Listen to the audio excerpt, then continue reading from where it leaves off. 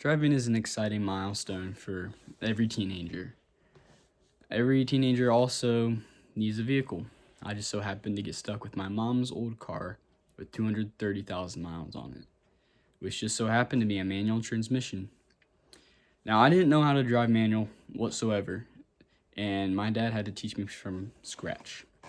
There was lots of scary moments and stalls in the middle of the road, and I would not give it for anything else. I am so glad I learned manual transmission.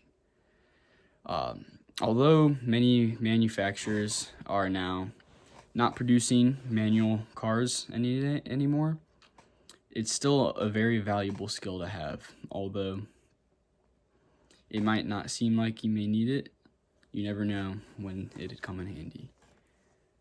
Many drivers learn on an automatic transmission because it's easier.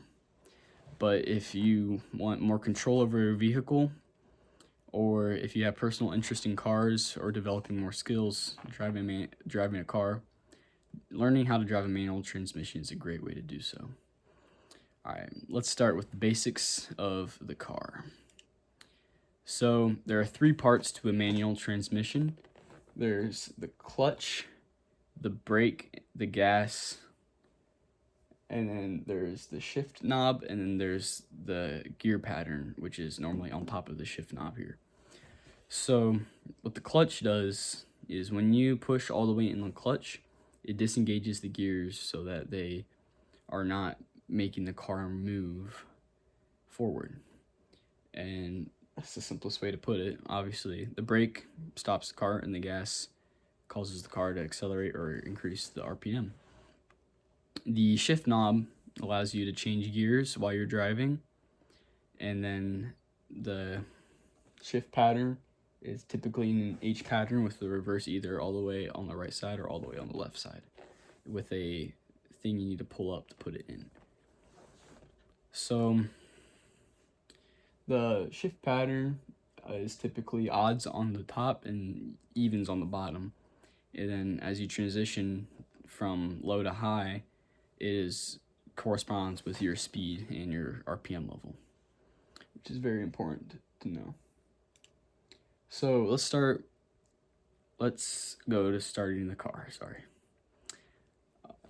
To start the car, you first need to make sure you push the clutch all the way in so that all the gears are disengaged, and then you can turn your key. I like to start the car neutral so that way when I take my foot off the clutch, the car won't lurch forward. Once you turn the key and you are ready to go, you must put the car in first gear, which is highlighted in red, and as you apply gas, you slowly need to let off the clutch, and then you will feel this biting point where you start to move forward, and you don't want to scare the car, as I like to say. You want to make sure you go really slow with the clutch, otherwise your car will stutter forward and stall out, and you won't be moving. You'll have to restart the car. So once you're accelerating, you can release the clutch and then keep applying gas, and you've officially started going. So while you're driving, you still need to shift gears as you move. You can't stay in first gear, otherwise your RPM will go way too high and your engine will blow up, which is not good. So as you accelerate, the general rule is to get up to 2,500 RPM before you change gears. When you go to change gears, you push the clutch all the way in and then move to the next gear, and then apply gas after letting off the clutch all the way. Once you go to the next gear, you repeat the process. You accelerate, clutch, shift, off the clutch, accelerate again. And then you do that all the way up to your highest gear, and then you're good to coast once you're there. I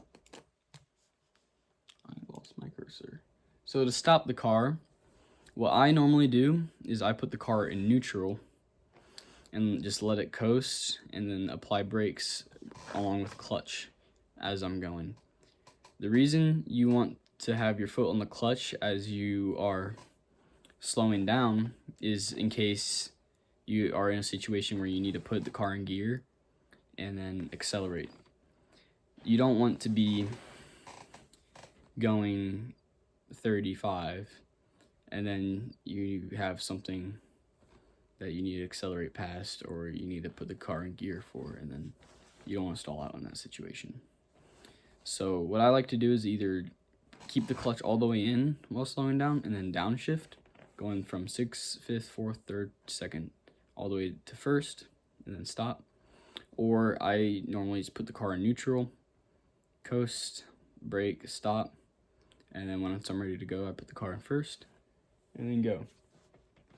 And then when you're ready to stop the car, what you do, or what I like to do, is I pull into my parking spot, I put the car in neutral, let off all the clutch and everything, turn the key, and the car is stopped after that moment.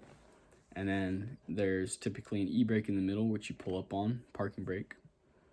And once the car is off, the brake is up.